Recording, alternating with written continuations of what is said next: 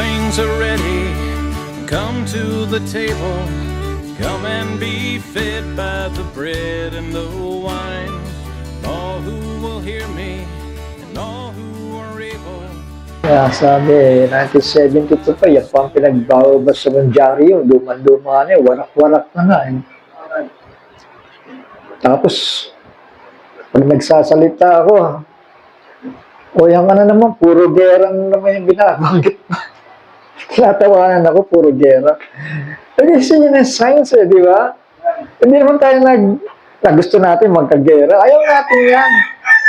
Pero, dahil sa katigasan nga ni Israel, kaya yan nangyayari. Bakit may great tribulation sa kanila? Sa katigasan ng ulo nila. Nasa harapan na nila, reject pa rin nila. Ganon din tayo. Tayo mga Church of Christ, yung mga matitigas ang ulo, talaga may iwan. Kasi nasa harap na nila Alin, yung prophecy, yung salita ng Diyos, nasa harapan na nila. Binabasa, maya't-maya, pabalik-balik, may reject pa rin. Kaya may great tribulation. Yun ang kadahilan nun. Yung great tribulation, yung galit talaga, puot talaga ng Panginoon yun. Isipin mo, 5 months torment yun. Kapag nagpipits nga ako sa mga kapatiran natin dyan, yung iba siyempre nakatula, yung iba nakanga, yung iba nag-iisip, kasi ngayon lang nila talaga narinig yung mensahe. Kaya gusto ko lang talaga ipaalam na may 5 months tormention. 5 months tormention. Yung mga tao, hindi yun, tawag dito, hindi yun tinatawag na, ang tawag doon, yung parang wala sa sarili na, ang tawag doon sa mga pelikula, yung gusto na mamatay, hindi mamatay. Zombie, hindi yan zombie. Pahirap yun. Gusto na nilang mamatay. Pero alam nyo, mapalad lang yung okay, si Israel, lumalaban, may mga gamit. Barilan talaga yon, di ba? Pero, 2/3, sipin mo, 2/3 patay. Ganun ang dakilang kapighatian, mga kapatid. At darating ang kapighatian, kaya sa tao na nakaalam ng katotohanan, pero nag-reject. Kaya yan, danas na natin. Yung mga inventions of doctrines na wala naman sa Bible, aminado naman yung mga tao Kasi, umalingaw-ngaw yan sa end time.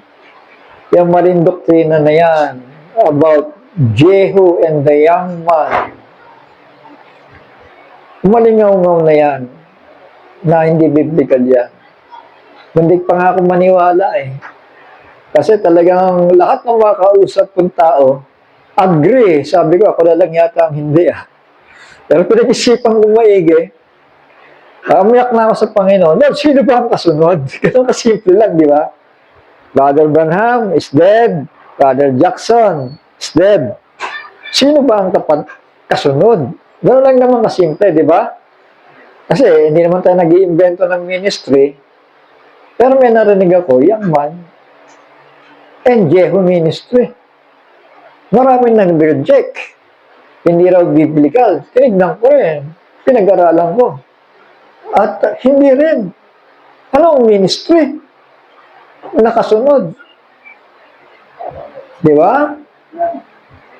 Ang nagpabalik-balik na ministeryo lang naman si Elijah, tama? At si Moises, tama?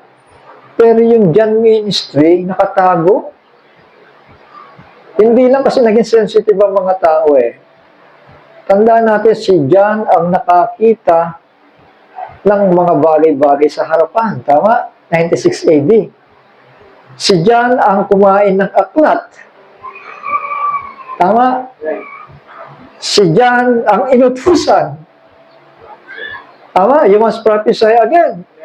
At anong mangyayari sa taong ito? Yun ang tanong ni Pedro kay Kristo, di ba? Anong gagawin ng tao na yan? Anong mangyayari sa kanya? Ang sagot ni Kristo kung gustuhin ko, sa pagbabalik ko, narito siya. Ano ngayon sa'yo, Pedro? Hindi ba? So, siguro naman, isa lang anak, bigay kay Johnson. Siguro naman, napakalinaw nito. Eh, hindi naman tayo nag-iimbento ng ministry, sabi ko nga. Kasi pag nag-invento ka ng ministry, may balik sa iyo yan, may dagok sa iyo yan. Tama?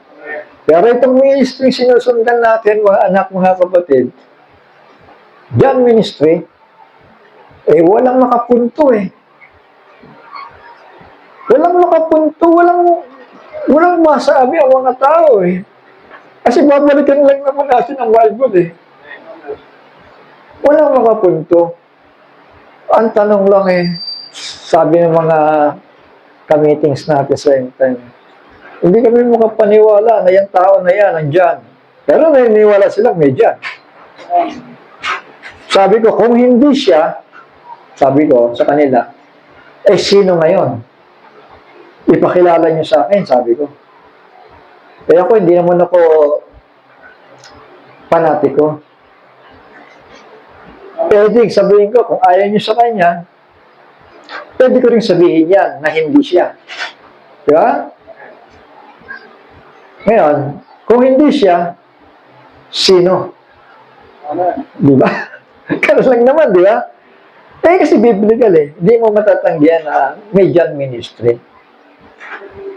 Mga kapatid, hindi kasi ang yaman dito hindi pinag-uusapan. Pag pinag-uusapan ng pananampalataya, hindi pinag-uusapan ng talino, ang yaman, ang kalagayan sa buhay. Hindi pinag-uusapan yan. Ang pinag-uusapan dyan ay yan may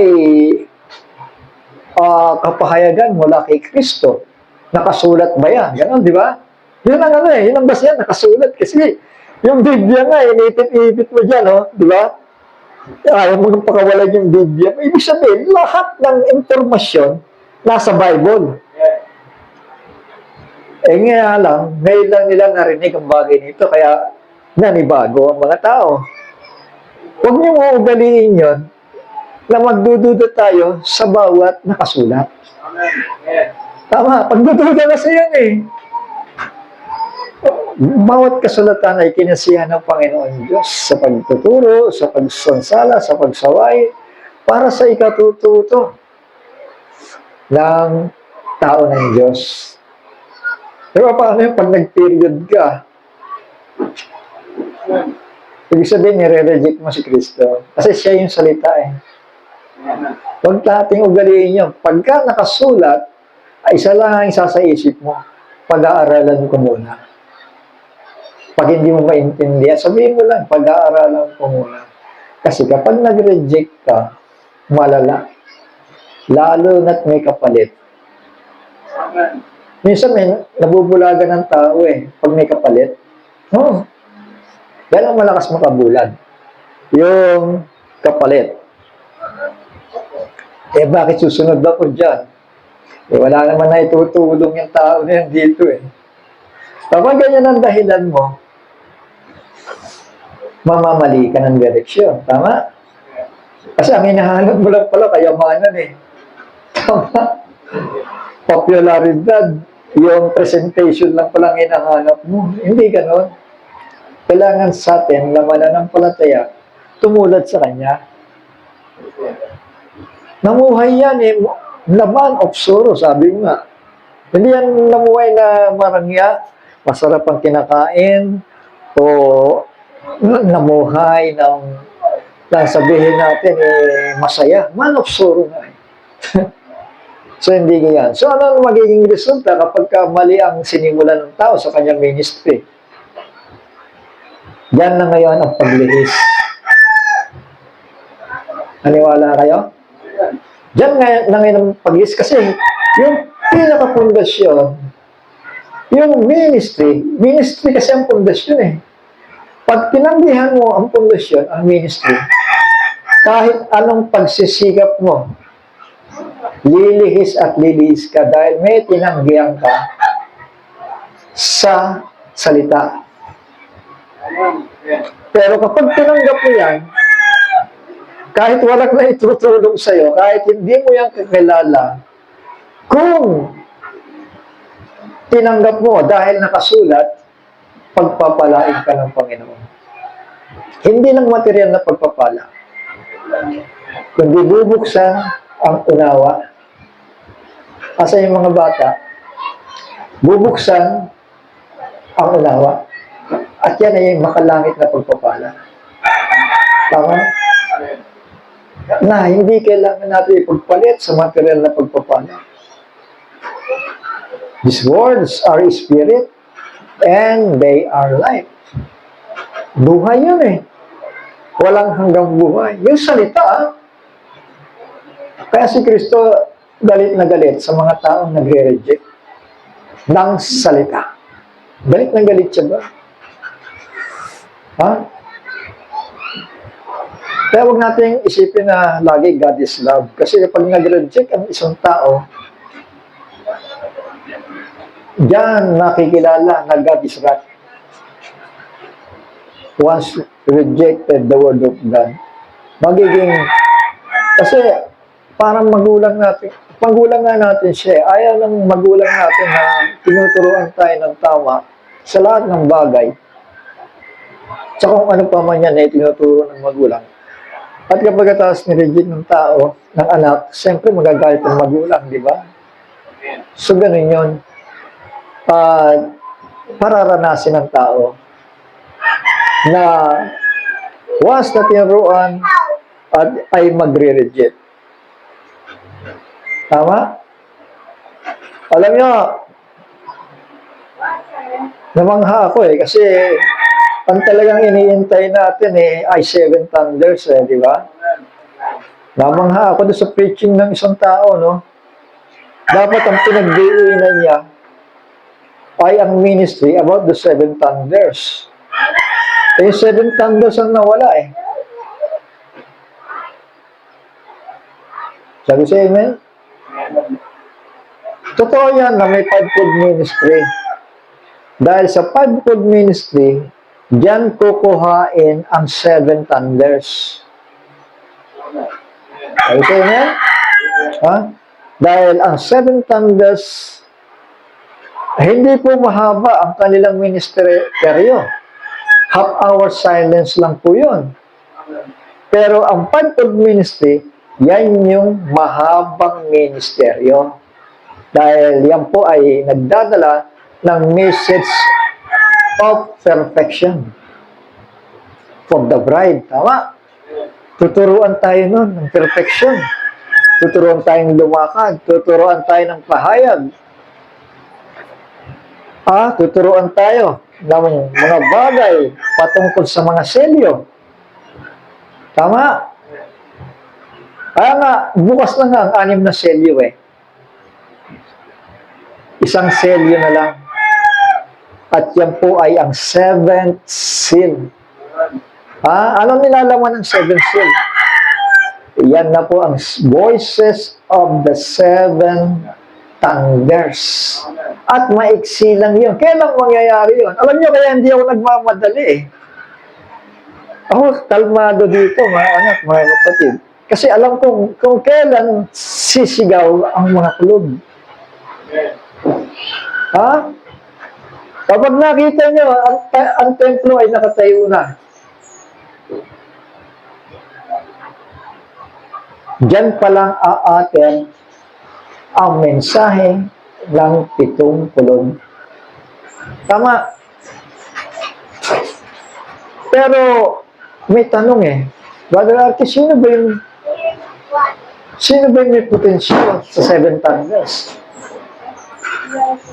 Marami kasi nag-claim dito, kinuha ng Panginoon May wala ba kayo? Marami nag-claim na isa raw siya sa thunders, pero kinuha siya ng Panginoon, patay Mga kapatid, hindi pwedeng gawing biro-biro ang bagay nito dahil ang 7 thunders ay sinikreto ng Panginoon at hindi siya papayag na ganon-ganon lang yon. Pero may nagkiklaim, mga kapatid, na kailangan natin paniwalaan na first bang of thunder. Natural. Sino ba yung inutusan? Si Iwan. Tama.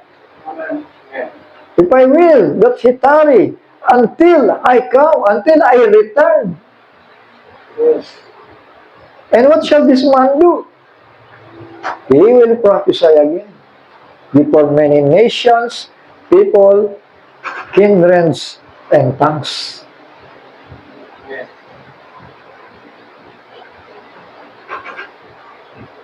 Ang utos, you must prophesy again. Hindi naman sinabi doon, they all must prophesy again. O they must prophesy again. Hindi, you. Napakasimple, di ba? Kung talagang may puso ka na mababa, madaling intindihin eh. You. Teka muna, sandali lang. May matutulong ba sa akin yan? Yun ang tanong eh. No? Mga kapatid, alam na si John, wala naman siya may tutulong. O hindi. Hindi ko sasabing wala may tutulong yan. Hindi naman tayo nanghihingi sa mga tao eh. Ng material na bagay. Alam mo, mula nung hinanap ko kung sino ang kasunod, simpleng bagay. Sabi ko, hindi ko pwedeng tanggihan itong ministry ito. John Ministry. Dahil nakasulat eh. Hindi ko pwedeng tanggihan. Ngayon, ano may tutulong sa iyo niyan? Aba, minsan namumblema ako. Hindi lang pala minsan pala may pagkakataon na parang may butas, may hindi ako maintindihan mga kapatid sa Book of Revelation. Pag binalikan ko yung kanyang mensahe, simpleng-simple lang mga kapatid. Parang bumubukas lang na gano'n. Hindi mo kailangan basahin ang buong libro niya eh. Siya lang. Bumubukas na. Sabi ko, praise the Lord. Lagi siyang kagalaman ko, sabi ko ito na nga. At isa pa talagang binindi ka ng espiritu eh. Eh, yung tao na yan ang gagamitin. Hindi naman kumot. Binindi ka eh. Isipin natin, ay hindi yan.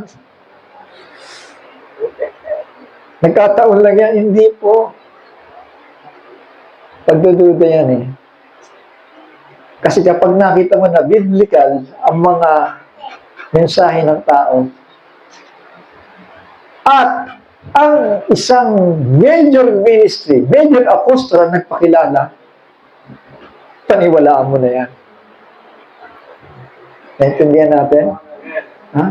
Paniwalaan natin. Ang hirap kasi sa mga tao, parang hirap na hirap bumalik sa Biblia. Parang hirap na gusto ng Panginoon kasi buksan ang ating pag-iisip eh. Gusto niya mabuksan tayo. Alam nyo, minsan tayo lang yung nagiging problema, yung pagmamatigas natin. Bakit ba may Great Tribulation? Nakalaan kasi yan para sa mga magmamatigas eh. Tama? Bakit hindi lang Panginoon eh? Ano na lang, yung sabihin natin, slight tribulation na lang. Total kami mananampalataya eh. Bakit great? Eh, yan ang judgment sa mga tumanggi sa salita eh. Kung ang Diyos ba, pinapatotoo mo siya. Mangyayari mo sa iyo, danasin mo ang dakilang kapigitian. Kung talagang natutuwa siya sa iyo. Aba, hindi, di ba? Kasi naniniwala ka naman sa kanya eh. Eh, bakit pinahintulot ang Great Tribulation? Kasi ang pinaniwalaan mo, wala kaparaso. Yung pinakamahalaga sa buhay mo para matakasan mo ang dakilang kapighatian, yung pa ang tinanggihan mo. Ba't di ba? Tama. Sabihin natin, may 9 gifts of the Holy Spirit. May pagkilos ang Panginoon. Pero pagdating sa revelated oil, sige kitanggi. Anong motibo? Tama. Kasi kung wala namang ibang motibo, mahirap bang tanggihan ang salita ni Kristo? Hindi na mahirap eh, kasi babasahin mo lang naman eh, di ba? O hindi mo maintindihan ngayon. Magbulay-bulay ka, manalangin ka. Huwag mo siyang pakawalan dahil napakahalaga ng hinaharap. Tama? Ano yung pag-agaw? Rapture yun. May mga nakatayo na hindi makakaranas ng kamatayan hanggang sa dumating ang anak ng tao. Napakahalaga eh. Napakahalaga. Dahil, alam nyo, sa natural, kapag ka ikaw ay inimbitahan ng kaibigan mo, kapitbahay mo, kapatid mo, dahil may kasalan, at kung nagaganap na ang kasalan, ay ikaw yung tumanggi, ikaw yung wala, ikaw yung nagsabi, hindi ako pupunta. Hindi ba ikaw lang yung nakatatak sa isipan ng kaibigan mo o kapatid mo na nag-imbita sa'yo? Tama? Ikaw lagi yun naman ang isipan niya, bakit ba si ganito eh? Ganda-ganda ng preparasyon ko, nakahanda na nga eh. Nakakatay na nga ang hain eh. Bakit siya pa yung wala? Di ba? So, diyan, magbabayad ang tao.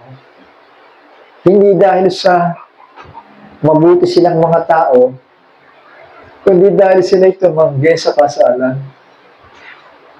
Tama. Ang bridegroom, ayan. Kaya sabi ni Israel, ay hindi, sa Ama lang kami, sa Ama lang kami. Hindi kami maniniwala kay Kristo, kay Jesus.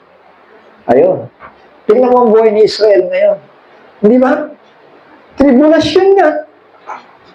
Hindi ba? Wala silang direksyon.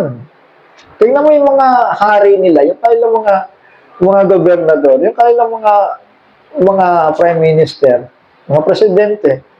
Pagkausap yan, in-interview, nakaganon lahat yan. Hindi ba? Hindi yan masaya sa nangyayari ngayon. Pero yan ay initial pa lang. Dahil hindi talaga papagliliban ng Panginoon ang galit sa bayang ito dahil sa kanilang pagtanggi. Unti-unti, nakarating sa atin, purihin ng Panginoon, tama? So, yun ang pagpapasalamat natin. Nakarating sa atin. Tama? So, salamat sa Panginoon. May oras pa naman ako, no? Ang haba na nasabi ko, hindi ko na malayan. Mag-pray muna tayo, mga anak. Ama namin, banal at makapangyarihan sa lahat. Dali, Panginoon, nagpapasalamat kami sa araw na ito. Bagaman masasabi na isang panahon na napakadelikado, Panginoon, mainit, at hindi makondisyon ang aming mga pisikal na pangangatawan. Ganun pa man, Panginoon, naniniwala kami na ingatan mo po bawat isa sa amin upang sa aming pagparito at pag-uwi ay, Panginoon, ilalayo mo kami sa anumang hindi ka nais-nais na pwedeng mangyari sa aming mga buhay. Kaya ingatan mo kami sa patuloy naming pag-aaral sa iyong mga salita sa mga oras na ito. Salamat sa mga tanda. Salamat sa mga pagpapauna mo, Panginoon, sa aming mga buhay. At patuloy kang mangusap, Amang Banal. Patuloy mong ipakita ang iyong mga plano sa bawat isa sa amin upang hindi kami mailigaw ng aming mga sarili o mayroon man mga nagbabanta na mga nagbubulaanan na mga iba't ibang mga ministeryo, Panginoon, na hindi naaayon sa mga pagtawag mo, Panginoon. Kaya tulungan mo kami na maunawaan ka ng iyong salita. Minsan pa sa pangalan ni Yahushua, ang aming Misaya, ang aming tagapagligtas. Amen. Amen. Naalala ko, no? Minsan Father Johnson, at tagal na panahon na ito Alam niyo, sabi ko nga ako sa kalikuan tinatandaan ko talaga yan. Hindi ko winawala sa isipan ko yung mga bagay na yan Hindi dahil sa hindi ako marunong magpatawad. Alam mo, Duktong ko lang sa mga kwento ko, no? Minsan, kumilos talaga ang Panginoon sa gawain. 1, 2, 3. Ang tawag dito ay speaking in unknown tongues sa 2, 3. Pagkatapos, interpretasyon. Ang ganda, di ba? Kumikilos ang Panginoon, di ba? Pero ang hindi ko nagustuhan, mga kapatid, sabi ng tao nito, kayo ng mga ministeryo, ministro, gusto ko na mag-bow down kayo sa ministeryong ito. Tama ba ang pagkakasabi? Mag-bow down kayo sa ministeryong ito. Kabay ng tinignan kong ganyan, hindi na naman na yan eh. Dapat binabantayan mo kung ano sinasabi ng tao. Mag-bow down kayo sa gawain ito. Naka-record yan.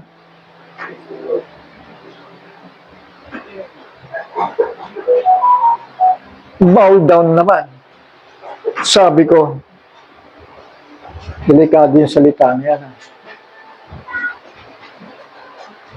Sige nga, parang ang ganda pakinggan, di ba? Di ba? Anong sabi ni Nebuchadnezzar? Mag-bow down kayo sa imaheng ito. Hindi po sinasamba kahit sino sa atin. Sana maintindihan natin yan. Kailangan laging bukas ang lahat na naririnig natin sa simbahan, bukas ang isipan natin para hindi tayo madaya. Minsan nakala natin, espiritu galing sa Panginoon Diyos. Pero papahintulot doon yung espiritong sinungaling, mga kapatid. Naniwala ba kayo? Para subukin kayo. Alam nyo kaya tinawag ito na wise virgins? Dahil matatalino sila. Pero may sinasabi din naman na even the very elect will be deceived. If possible, posible lang. Posible, pero kung mga wise nga yan, nagbabantay nga yan, tama? Lahat na sasabihin mo, pinabantayan yan. Tama? Kasi iniingatan nila ang buhay nila. Isa lang ang buhay ng tao.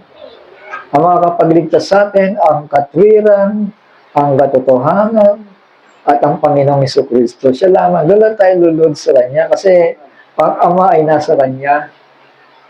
Tama. Shall we say amen? Pero sa tao, maski si Pedro nga may naalala ba kayo? Sinumod kay Pedro?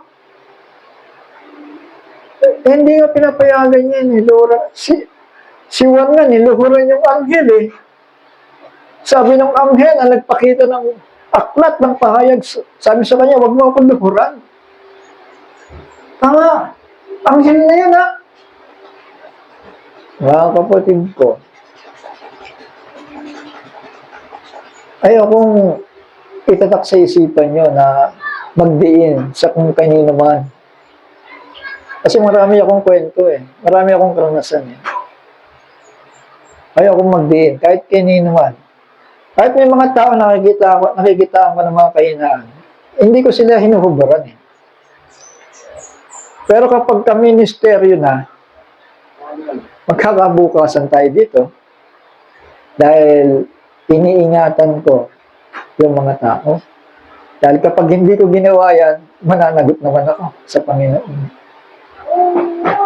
Yun ang ayaw ko. Pag pinadama sa akin ng Panginoon na manahimik ako, kahit gaano katagal yan, kaya kong manahimik. Pero pag pinadama sa akin ng Panginoon, ingatan mo ang mga tao. Magsasalita na ako. Maraming bagay akong gusto sabihin, mga kapatid. Alam niyo, mahalaga, kapag mag-imigay niyang mga propesya, direct prophecy, tinatandaan natin. Kasi may mga Parang nakasanayan na, prophecy ngayon bukas, prophecy mamaya, speaking in tongue, tapos interpretation of tongue. Mga kapatid, parang nakasanayan na, ano ba yung sinabi kanina? Nawala. Nawala. Kasi parang nakasanayan na may meron eh. Mga kapatid ko, tatandaan natin. Importante lahat ng sinasabi ng Panginoon. Napakahalaga. Kapag may paalala, may warning, kailangan aware na tayo doon. Pero dahil doon sa mayat maya meron, nakaligtaan na yung una. Nakalimutan na magbantay. Nakalimutan na mag-ingat, mga kapatid. Huwag natin ugaliin yan. Purihin ng Panginoon. So, dinagdag ko lang yon. Maiksi lang naman ang message ko siguro. Sana umiksi. Praise the Lord. Hiramin ko lang ito, Kenneth. May papakita lang muna ako.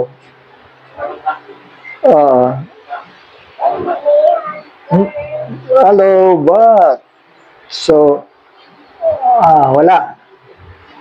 Hindi nang pwedeng gano'n, ano? Hindi pwede. Sige, di ba? Imagination na lang. Mga kapatid, total, mensahe ko ito na nakaraan pa. Pero, tuloy ko lang dahil ito part 3. Part 3 na po ito, no? Maigi yung series para na re-remind tayo. Mga kapatid. So, ano yung mga kapistahan na yan? Mga kapatid, na isineselebra sa season ito, mga kapatid sa Israel, ay ito po yung 8. Bali, sa panahon ni Moises, yung nakasulat sa Torah, kasi may mga bago na naidagdag. Pero doon sa Torah, mga kapatid, yung Passover, isa-isa lang natin. Tapos, after the Passover, ay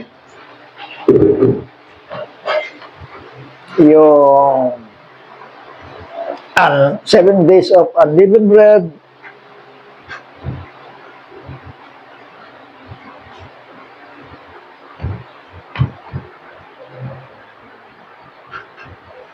at pagkatapos ay ito na. Passover, 7 days of unleavened bread, first fruits, then yung pang-apat ay yung Feast of the Pentecost. Yung lahat ng ani ay pinagsama-sama, mga kapatid. Inihanda na, mga kapatid. Kahit po yun. At doon, mga kapatid, mayroong 2 loaves of bread na may hinaluan ng libadura, mga kapatid, na tipo po yan ng mga sala ni Israel at sala ng mga hintil, mga kapatid, na sa harap ng Panginoon ay winewave po yung mga kapatid para maialay yung kanilang mga buhay, mga kapatid, sapagkat ang Passover Lamb ay naialay na at ang mga bahagi sa first fruits na yan ng hindi ng literal na first fruits, kundi spiritual first fruits po yun. Ibig sabihin, mga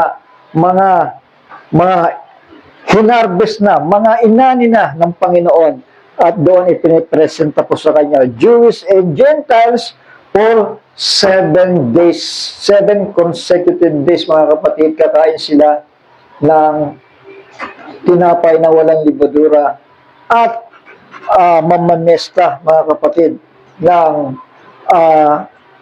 ng unang ulan at ng huling ulan. Alam niyo yan? Ano ba ninirepresentahan ng ulan? Yung pagbuhos ng Espiritu Santo. Tama? Habang kumakain sila ng tinapay na walang lebadura. Tama? 7 church ages. So alam natin, may overlapping yan dito. At yung 7th day dito, may overlapping din naman dito yan sa mga Hudyo. Tama? Laging may overlapping yon. So, dito po tayo.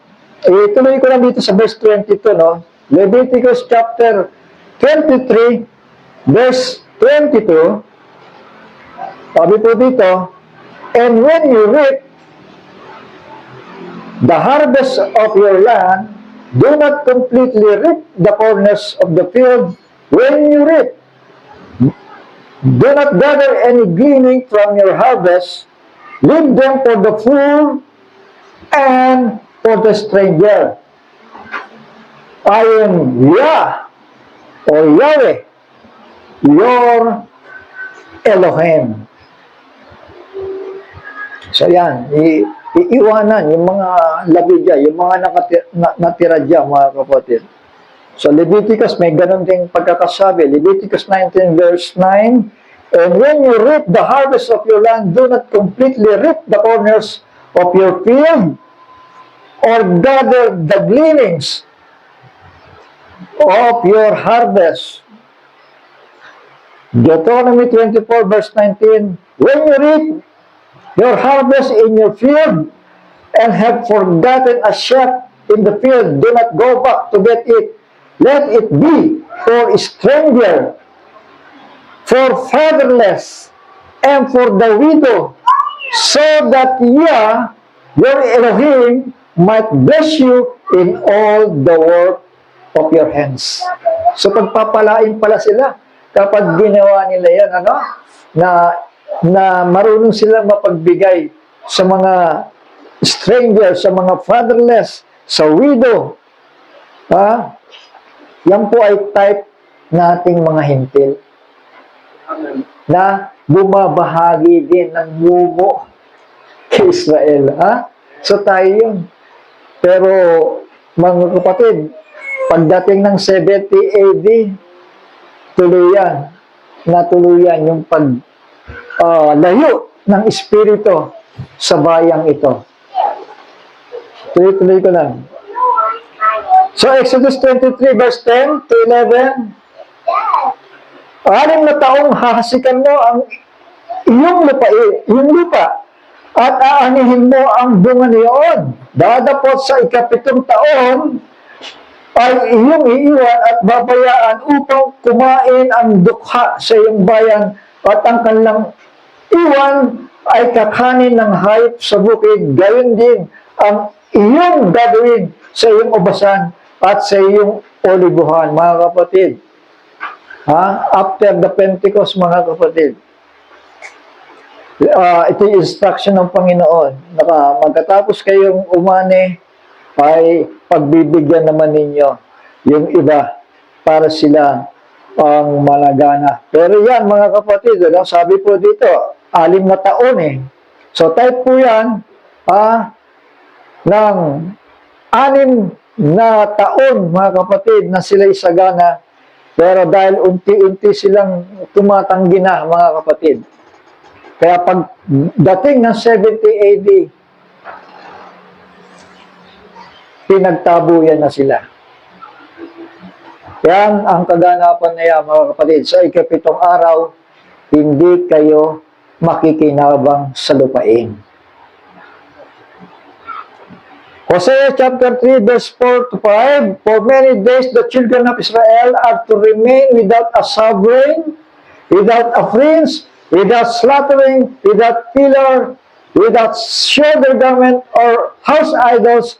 Afterward, the children of Israel shall return and seek Yah their Elohim and David their sovereign, and fear Yah and His goodness in the latter days.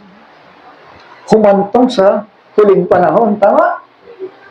Kailan sila nawala ng pare? Kailan nawala ng pillar of fire? Kailan nawala ng shoulder garment? Nawala ng house idols? Ng prinsipe? Ng mga handog at alay? Kailan nawalan? 70 AD dahil wala na sila sa sariling bansa. Tama? Yan ang mga kaganapan, mga kapatid. Hosea chapter 6 verse 1 to 3. Come and let us turn back to Yah, for He has turned. But He does heal us. Siya sumusugat. He has stricken, but He binds us up. Siya'y nananakit. After 2 days, ayun, mag-iintay ng 2 days, mga kapatid. Ito na nga yung 2 days. 2,000 years, more or less. Tama? Amen? After 2 days, He shall revive us. Alam niyo, para kay Israel lang to, ha? Hindi tayo kasama dito, ha? Yung us dito ay Israel. On the 3rd day, He shall raise us up. Ano yung 3rd day? Millennium, 1,000 years na paghahari ng ating Panginoong Jesucristo. Sabi sa amen. Kailangan marinig ko yung amen nyo para hindi ko na elaborate ito, mga anak, mga kapatid. Para dire-diretso na po tayo. After 2 days, He shall revive us. On the 3rd day, He shall raise us up so that we will live before Him. Verse 3, so let us know, let us pursue to know Yah. His going forth is as certain as the morning, and He comes to us like a rain, like sa ibang kasulatan ay early rain. Ano? Ito naman, like the rain, like the latter rain, watering the earth. Saan yung early rain? Dito, sa Pentecost. Saan yung latter rain? Dito. Sa pagdating ng 2 propeta. Dahil absent sila eh. Nasa Gentiles ang rain eh. Tama. Nasa atin ang rain. Yung spiritual rain nasa atin, mga anak. So ito, Jeremiah 16 verse 14 to 16. Therefore, see the days are coming, declares Yah, when it is no longer said, Yah lives, who brought us up, who brought up the children of Israel from the land of Mizraim, Egypt. But Yah lives, who brought up the children of Israel from the land of the north, sa Russia, mga kapatid, sa northern, and from the lands where He had driven them, for I shall bring them back into the land I gave to their fathers. Ibabalik sila. Tama. Amen. Ibabalik sila. Kaya 1939, unti-unti. Hanggang sa panahon na yan, 2 propeta, dapat kumpleto sila dyan. Tama? See, I am sending many fishermen, declares Yah, and they shall fish them. And after that, I shall send for many hunters, and they shall hunt them from every mountain and every hill, and out of the holes of the rocks. Mga kapatid, persahan na sila. Tama. Persahan na silang ibinabalik ng Panginoon. Tama. Dahil panahon na para i-restore back sila sapagkat sila naman ang babalingan ng mga pangako. Ipapakita niya na bagamat kayo'y nagpatutos sa akin, kayo'y sumuway sa akin, ang kapatawaran ko ay walang kapantay. Sabi sa inyo, ganang magpatawad ang Diyos sa kanila eh. Isipin mo, sa galit niya, talagang binugbog sila, mga kapatid. Sinugatan sila. Pero ano sabi? Sila'y muling ibabahin. Tama? Bebendahan sila. Pagagalingin sila, mga kapatid. Hanggang dito sa panahon ito. May 2 propeta. Makita niyo mamaya kung ang layunin ng 2 propeta na yan. At pansinin ninyo, lahat ng mensahe magdudugtong-dugtong, mga kapatid. Purihin ang Panginoon. Verse 23. Leviticus 23, verse 23, and Yah spoke to Moshe, saying, speak to the children of Israel.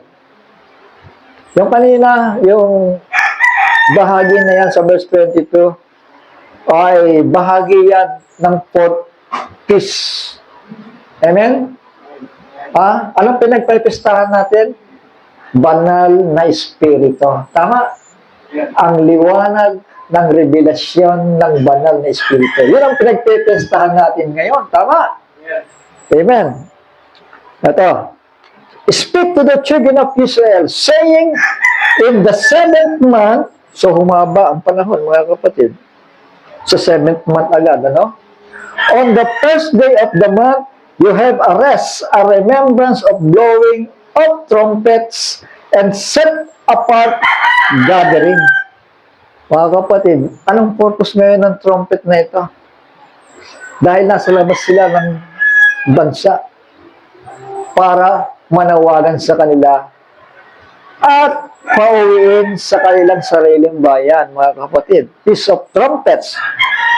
Yun po ay later, Rosh Hashanah, yung New Year's Day nila. 7th month, Tisri 1. Pagitan ng September at October, sineselebrate ito, mga kapatid. An assembly on a day of rest commemorated with trumpet and blast and sacrifices, purpose to present Israel before the Lord for His favor. Ibig sabihin, partially, mga kapatid, nandoon na sila.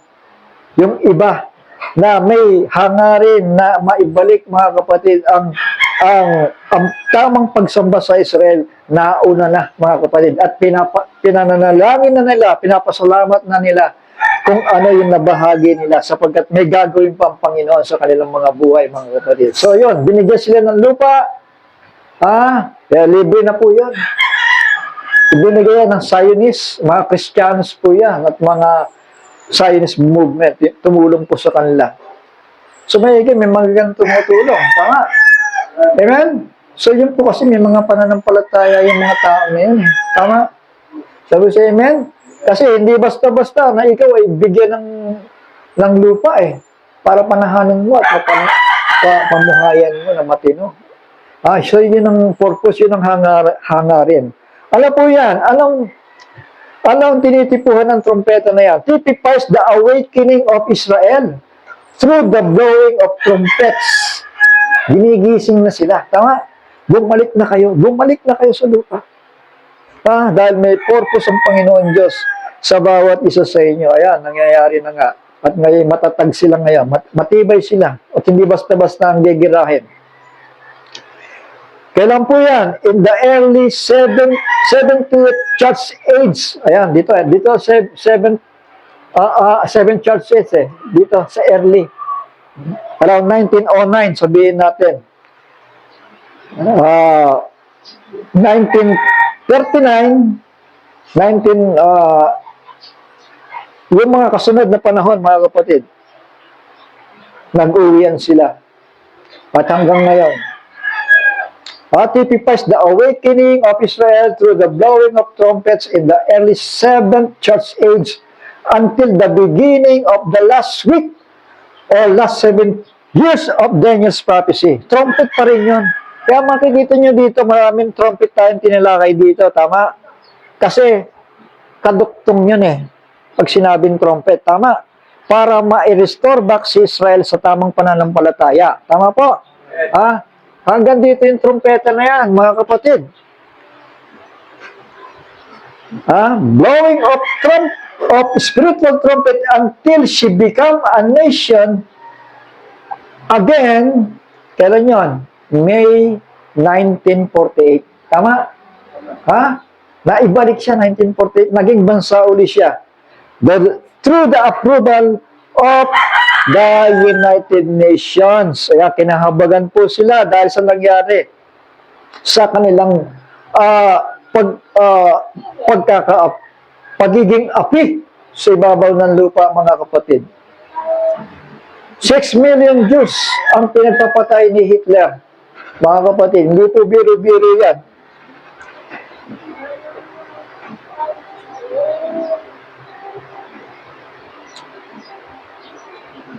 So dito tayo, Joel chapter 2, verse 23 to 24.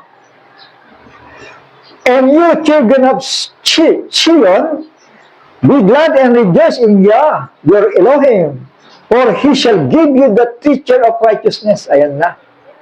Mga kapatid, di ba, iinipon sila, dahan-dahan yon. At pagkatapos, bibigyan sila ng teacher of righteousness. Singular lang yun na teacher. Sino yun? Yung aral ng Panginoon. Tama? And cause the rain to come down for you. Ito na. The former rain, dito, sa Pentecost, and the latter rain, sa panahon ng dalawang propeta. Bubuhusan sa Israel, mga kapatid, ng banal na espiritu. Babautismohan sila. Seselyohan sila, mga kapatid, ng buhay na walang hanggan. The latter rain and the former rain as before. Ayun. Yung before, yung early rain. And the threshing floors shall be filled with grain. Pagpapalain. Pagpapalain sila. Tama? And the vats shall overflow with a new wine and oil. So, yan ang sitwasyon ni Israel ngayon, mga kapatid. Hosea chapter 3, verse 4 to 5. For many days the children of Israel are to remain without sovereign, without prince, without slaughtering, without pillar, without shoulder garment or idols. Afterward, the children of Israel shall return to seek Yah, their Elohim, and David, their sovereign, and fear Yah and His goodness in the latter days. Tama? Shall we say amen? Hindi dito, hindi dito, hindi dito, kundi dito. Tama?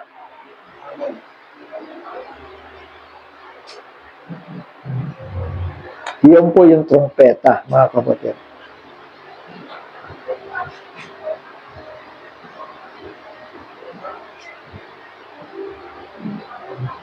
The blowing of trumpets. So verse 25 ng Leviticus, you do no servile work, and you shall bring an offering made by fire to Yah. And Yah spake to Moshe, saying, on the 10th day, ito 10th day na, no? Kanina first day, di ba? On the 10th day of this 7th month, the same month of Tishrei, is the day of atonement, o araw ng pagtubos, mga kapatid. It shall be a set apart gathering for you. Banal na pagpupulong para sa kanila. And you shall afflict your beings and shall bring an offering made by fire. Mga kapatid, ano sabi? Sasaktan ninyo ang inyong mga sarili. Ano yan? Ibig sabihin, pagsisisihan nila yung kanilang mga kasalanan sa harapan ni Kristo na kanilang tinanggihan. Naintindihan po natin? Sasaktan ninyo ang inyong mga sarili. Mga kapatid, ito po ay tinawag na Day of Atonement o Yom Kippur. 7th month, Tishrei 10, yun po ay September to October ng Gregorian calendar. A day of rest, tingnan nyo fasting, sacrifices of atonement for priests and people, and atonement for the tabernacle and altar. Hello. Mga kapatid, mga anak, ibig sabihin, nabalik na ba ang templo? Nabalik na ba ang tabernakulo? Nabalik na ba ang altar? Nabalik na ba yung mga pare? Amen! Saan mababalik? Dito. Tama. Sabi sa amen? Hindi dito, kundi dito. Bakit na ibalik? Kasi pinagtabuyan sila 70 AD. Tama. Ano yan? Anong purpose yan? To cleanse priests, ito, and people from their sins and purify the holy place. Linisan na sa Israel, mga kapatid. Aalisin na yung mga simbahan ng mga Katoliko dyan, simbahan ng sino-sino dyan. Aalisin na po lahat doon, mga kapatid. Zechariah chapter 13, verse 1 up to 7. In that day, a fountain shall be opened for the house of David and for the inhabitants of Jerusalem, for sin and for uncleanness. It shall be in that day, declares Yah of hosts, that I cut off the names of the idols from the earth. Mga kapatid, aalisin na yung mga idolo doon, mga kapatid. Ha? Sa Israel yan. And they shall be remembered no more. And I shall also remove the prophets and the unclean spirit from the earth. And it shall be, when one prophesied again, then his father and mother who brought him forth shall say to him, you shall not live, because you have spoken falsehood in the name of Yah. And his father and mother who brought him forth shall pierce him through when he prophesies. Mga kapatid, sa Israel, may kautusan si Moses dyan. Kapag bulaan ka, babatuhin ka hanggang mamatay. Tama? Sabi sa amen? Yes.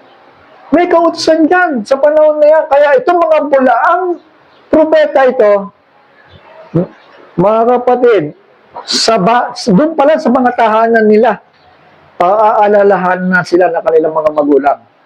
Isipin mo, sasaksakin dahil nagsisinungaling sa panguhula. Shall I say amen? Yes. Ha?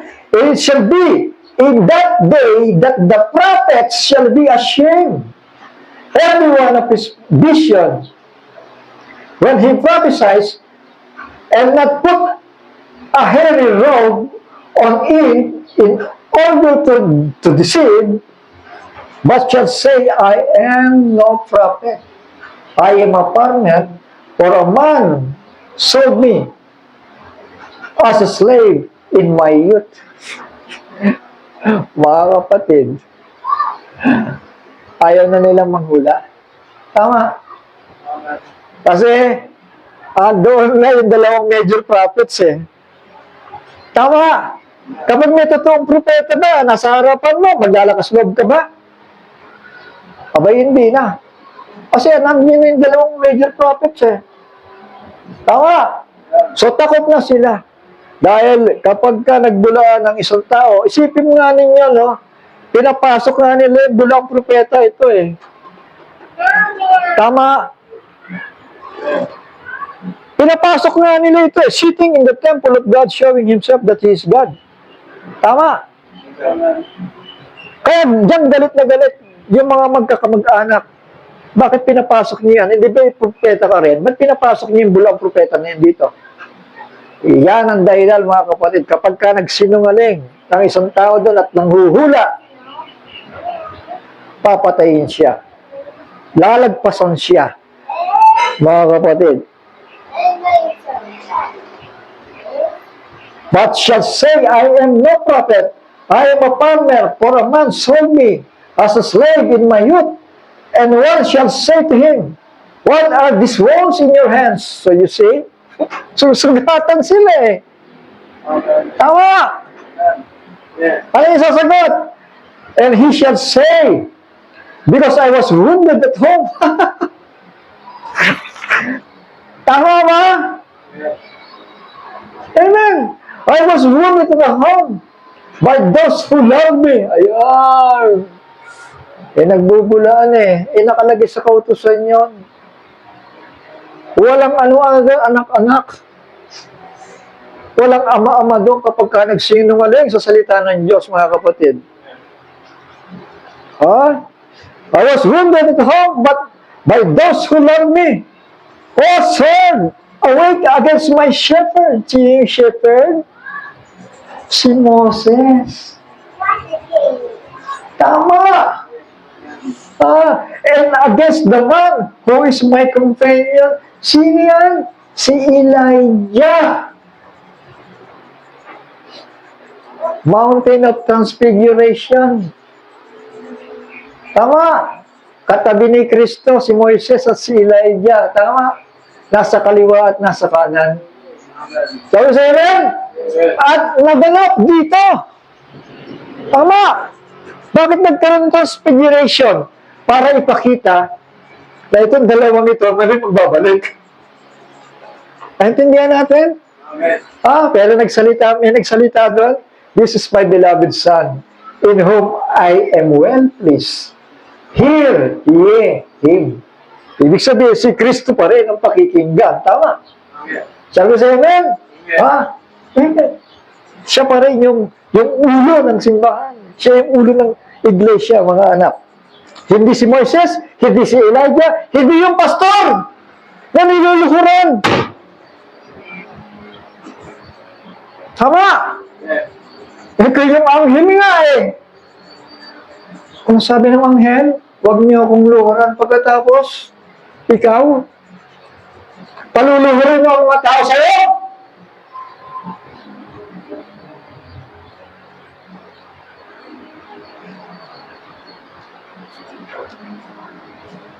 O sword, awake against my shepherd, against the man who is my companion, declares Yah of hosts.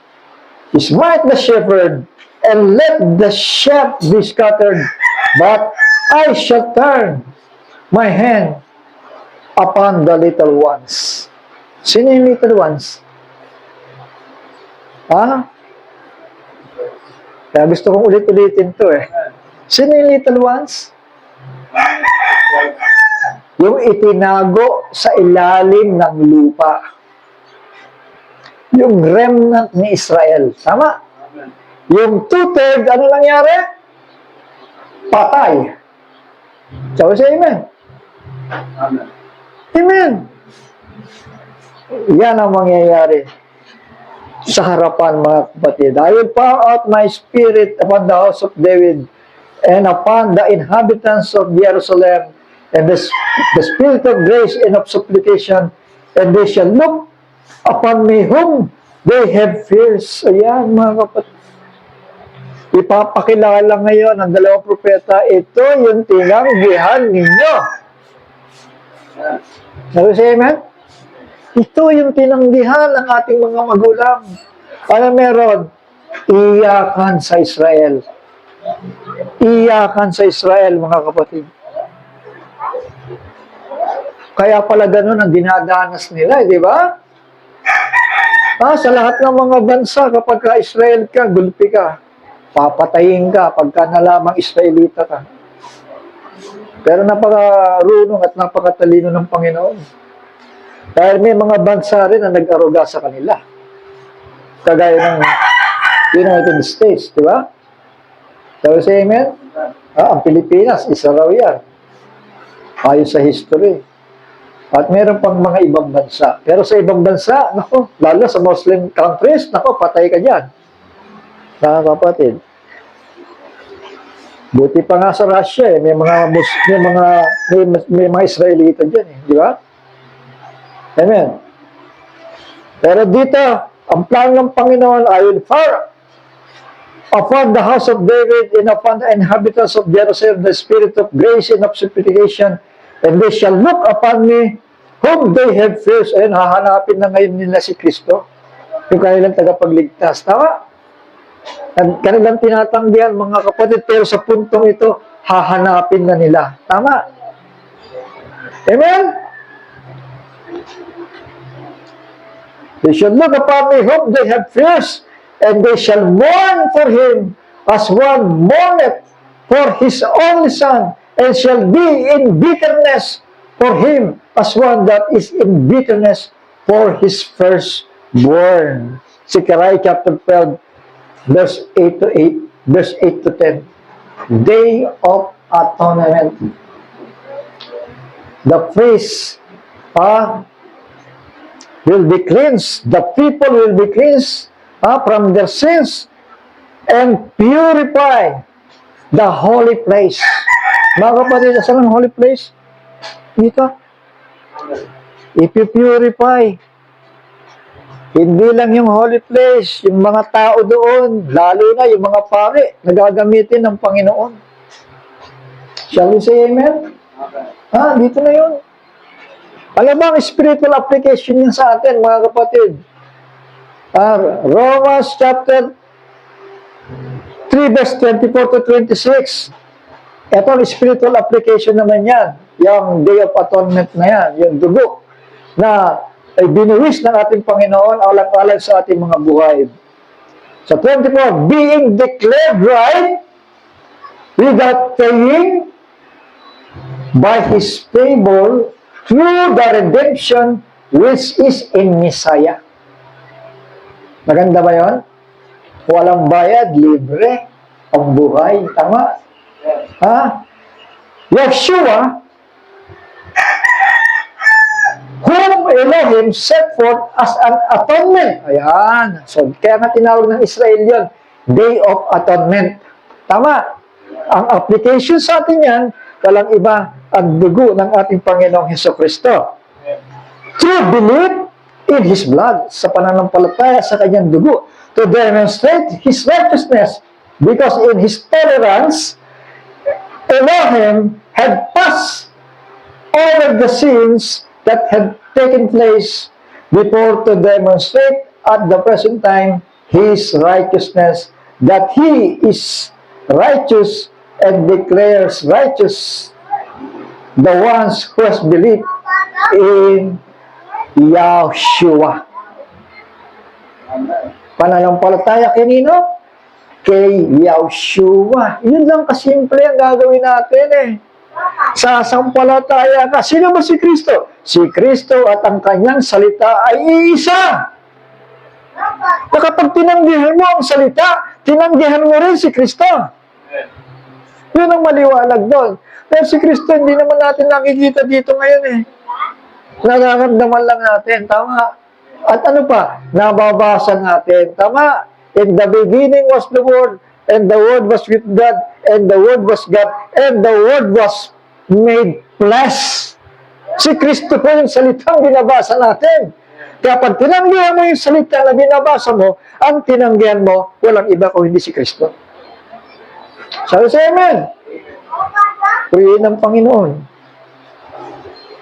Hebreo 9:7. But on to the second part, the high priest went alone once a year, not without blood, which he offered for himself and for sins of ignorance of his people.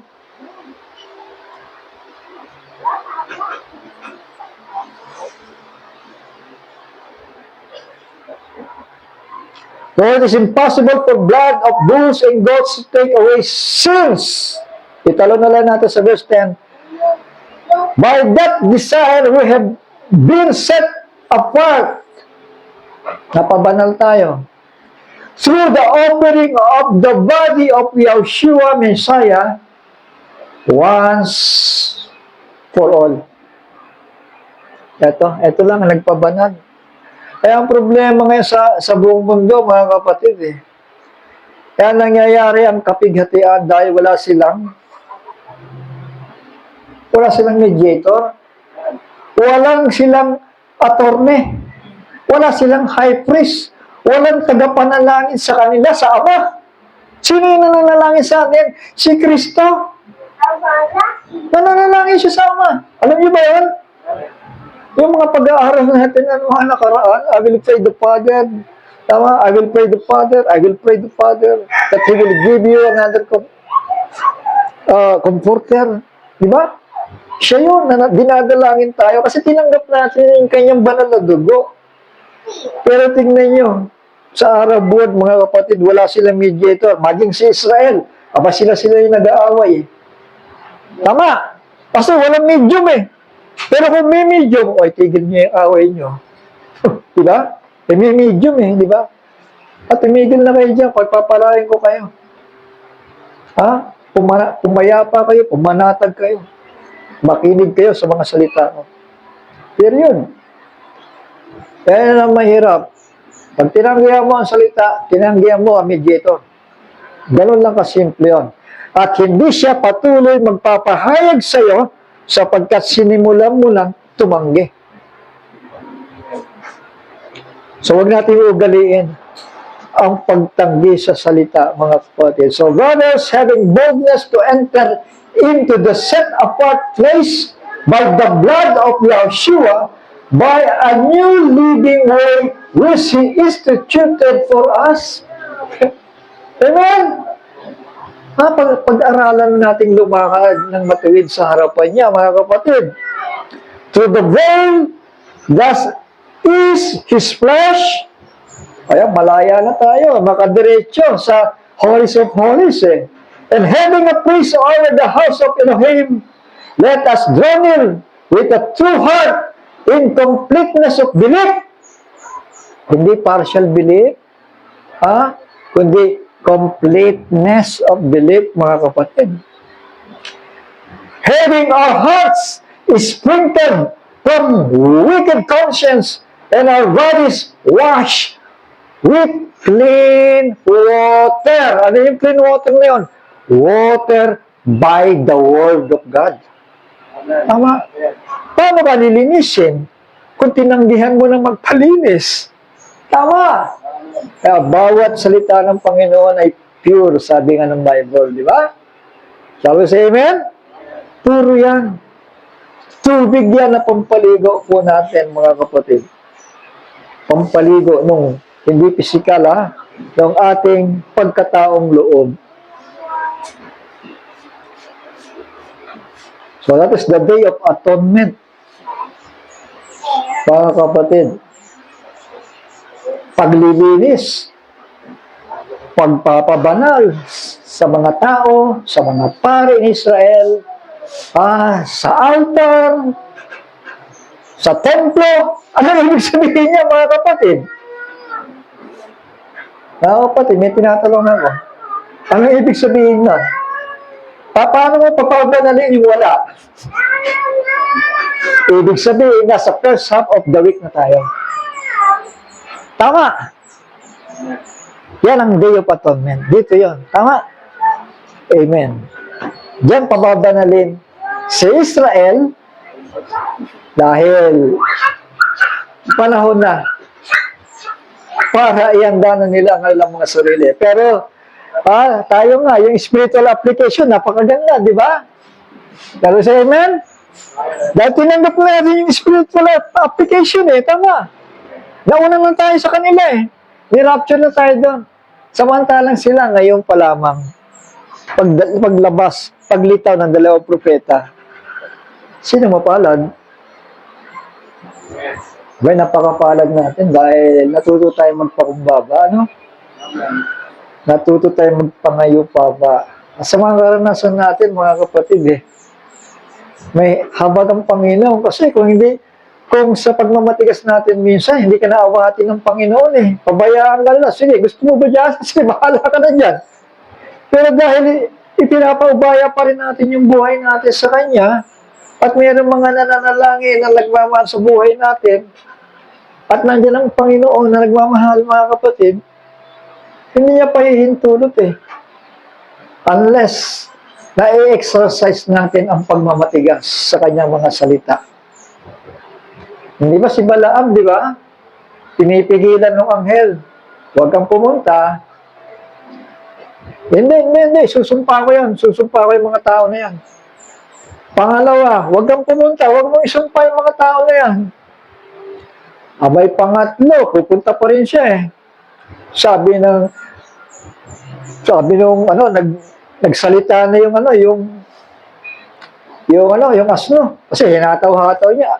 Nakita kasi nung asno, may anghel sa harapan May espada, handang patayin si Balaam Nagsalita ngayon yung asno. Tanggal kitang pinaglingkuran, tapos ngayon sasaktan mo ko ng ganyan. Eh, yun pala, mga kapatid. Kaya pala ayaw sumunod ng asno dahil nakikita niya mayroong anghel na papatay sa kanila. Tama?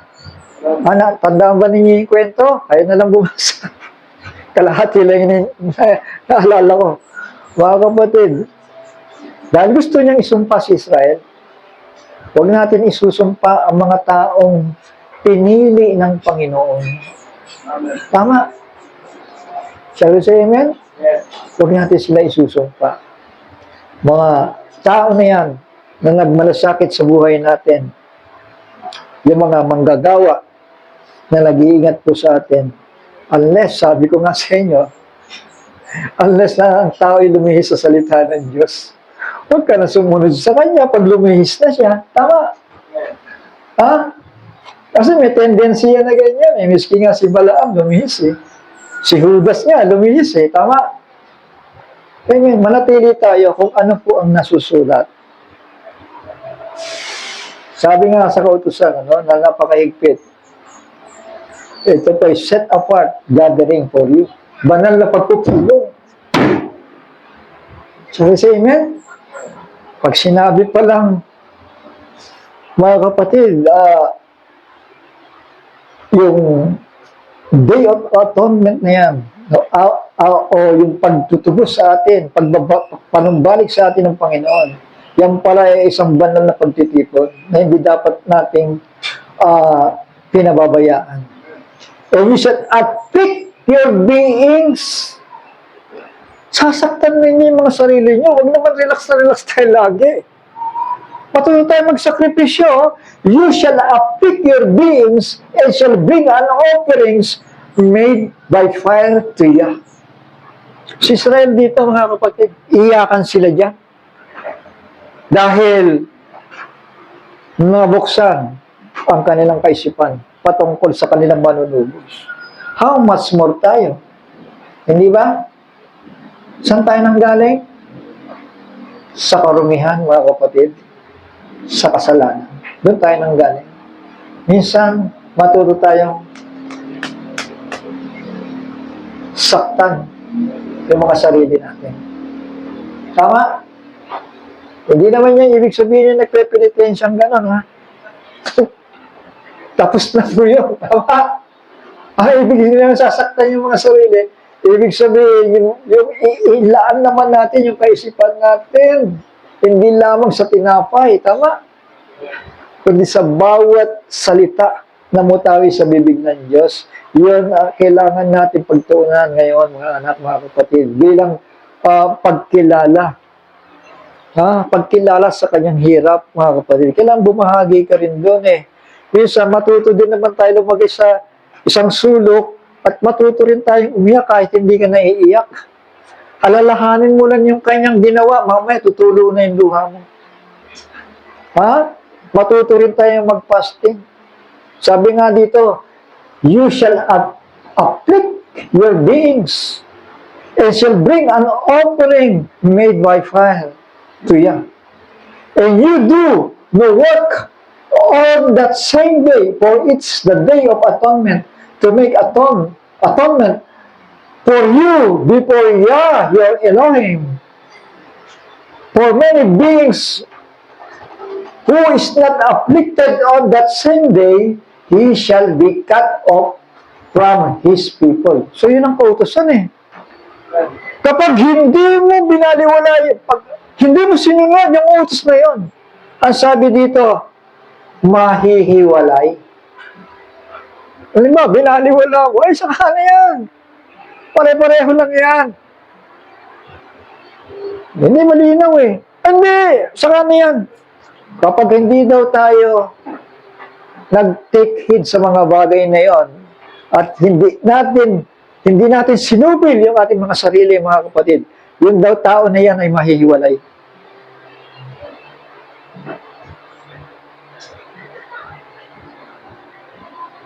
So, say amen. Manatili tayo sa salita ng Panginoon. Tama? Mahirap mahiwalay. May naghihintay na tribulasyon. 5 months tormention. Mga kapatid. Sa verse 31, you do the work alone forever throughout your generations in all your dwellings. It is a Sabbath of rest to you, and you shall afflict your beings on the 9th day of the month at evening, from evening to evening. You observe your Sabbath. So yun po. Evening to evening sila. And Yahweh spoke to Moses saying, so ito po, sa huli na siguro tayo. So araw ng katubusan yon. Sa verse 34, speak, sa 33 muna, and Yah spoke to Moses saying, speak to the children of Israel saying, on the 15th day of this month, pansin nyo, the same month pa rin yun, dito pa rin yun, the same month, ibig sabihin, dito pa rin yun. 15th day of the same month is the festival of booths for 7 days to Yah. On the first day is a set-apart gathering. You do no work. You do no servant work. Bawal po magtrabaho, mga kapatid. Feast of Tabernacles naman ito, mga kapatid. In gathering, 7th month, Tisri 10, October to September po. Sa literal na pagse-celebra ng mga Hudyo. A week of celebration for harvest, living in booths or tabernacles, and offering sacrifices. So ano naman ang inaalala dito, mga kapatid? Bakit na sila-celebrate ito? To memorize the journey from Egypt to Canaan. From Egypt to Canaan.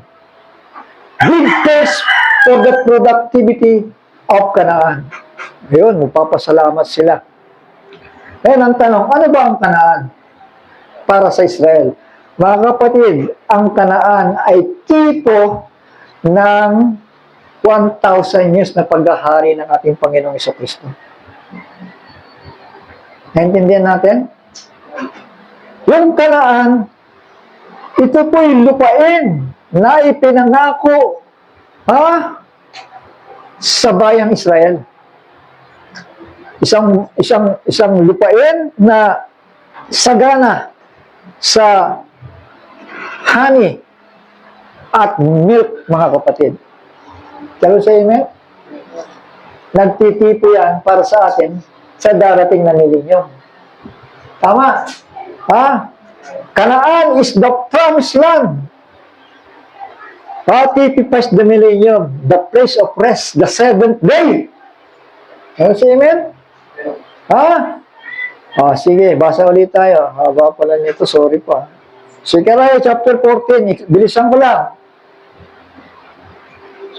Zechariah chapter 14, 16 to 21. It shall be that all who are left from all the Gentiles which came up against Jerusalem shall go up from year to year to bow themselves to the sovereign Yah of hosts, and to observe the festival of booths. Ibig sabihin, aalalahanin naman yung nasa wilderness sila sa mga tent, mga kapatid. Sabi sa amen? Kailan to? Panahon na ito ng millennium. Sabi sa amen? Inaalala pa rin. Ito yung kapistahan na inaalala pa rin hanggang millennium. Hanggang kapag nandun na tayo, inaalala pa rin ito. Tingnan nyo. It shall be that if anyone of the clans of the earth does not come up to Jerusalem to bow himself to the sovereign Yah of hosts, on them there is to be no rain. And if the clan of Mizraim does not come up and enter in, then there is no rain. Kapag hindi sila pumunta doon sa Jerusalem para sumamba kay Kristo, mga kapatid, walang ulan. On them is the plague with which Yah plagues the Gentiles who do not come up to observe the festival of booths. Mga kapatid,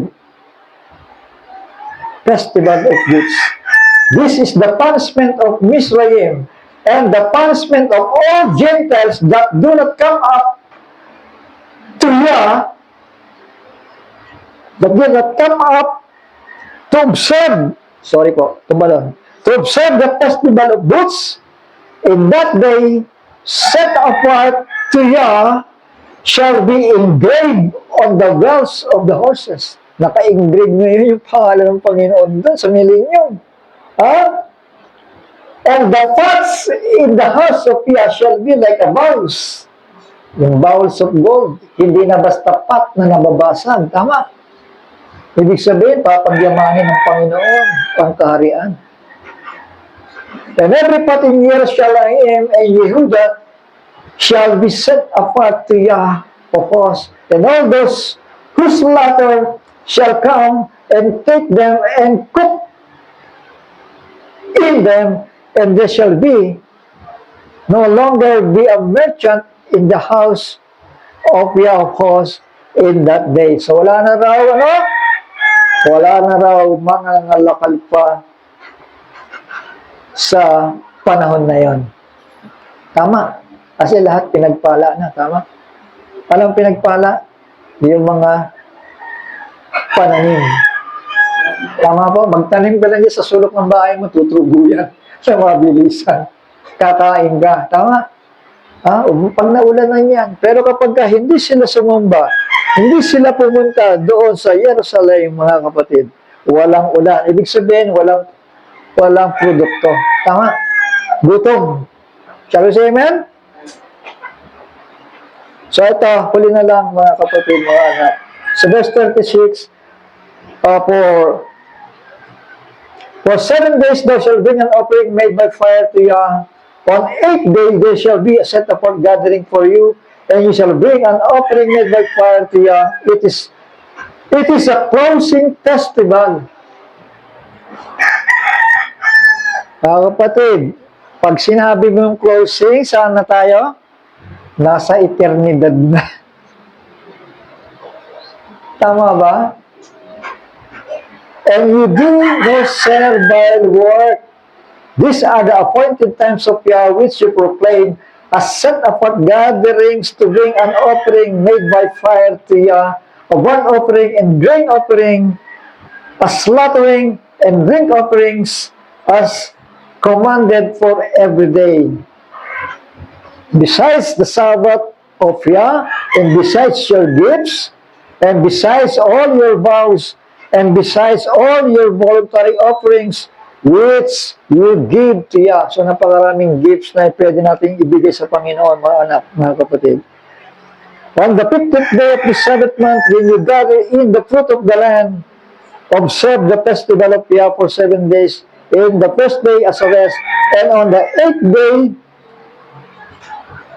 it is a rest. Pahinga na. Nasa na tayo? Nasa millennium na. Tama? Ha? Shall we say amen? Yes. Purihin ang Panginoon. I hope na malinaw na ito, mga kapatid, dahil part 1, part 2, part 3. At